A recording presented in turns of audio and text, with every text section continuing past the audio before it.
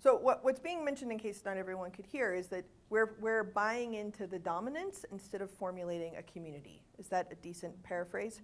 What it reminds me of is the story of Willie Lynch. Are any of y'all familiar with the Willie Lynch papers? So this is one of my favorite stories, and there's lots of stuff that says this didn't actually happen. I don't care. It's a really great story. So the idea was in 1712, right? So it's 2012 this year. So this is kind of, we got to pay attention.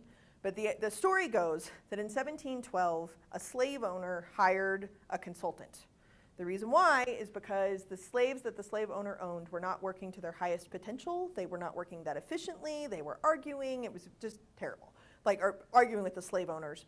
And it just wasn't working out. So they hired a consultant to figure out how to make them work more efficiently because they wanted to get their money's worth, right? So the consultant came back in 1712 with this idea.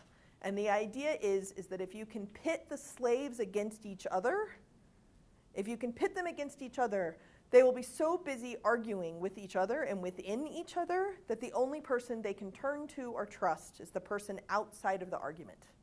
And the person outside of the argument is the slave owner.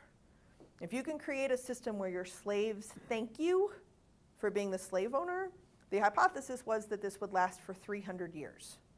It's 2012.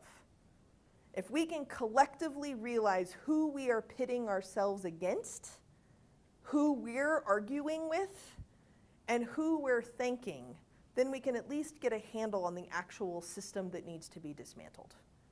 The self-reflective piece there is, what is your role within pitting yourself against someone or somebody else, some other group? And if you can stop doing that, I have found in my own work is that I can actually meet them in a place of conversation. Whoever I'm pitting myself against is generally the people I'm most threatened by. That's about me, not about them.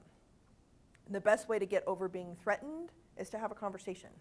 Is to figure out how to be friends with someone that you don't understand and don't know their full story. The Willie Lynch papers theory is supposed to last 300 years. If that was wrong, none of us would be here. None of us would need to learn about this or be educated or figure out how to take this back into our organizations because it would have been wrong. I give it a whole nother 300 years. The difference is that you can dismantle it in your life and your relationships.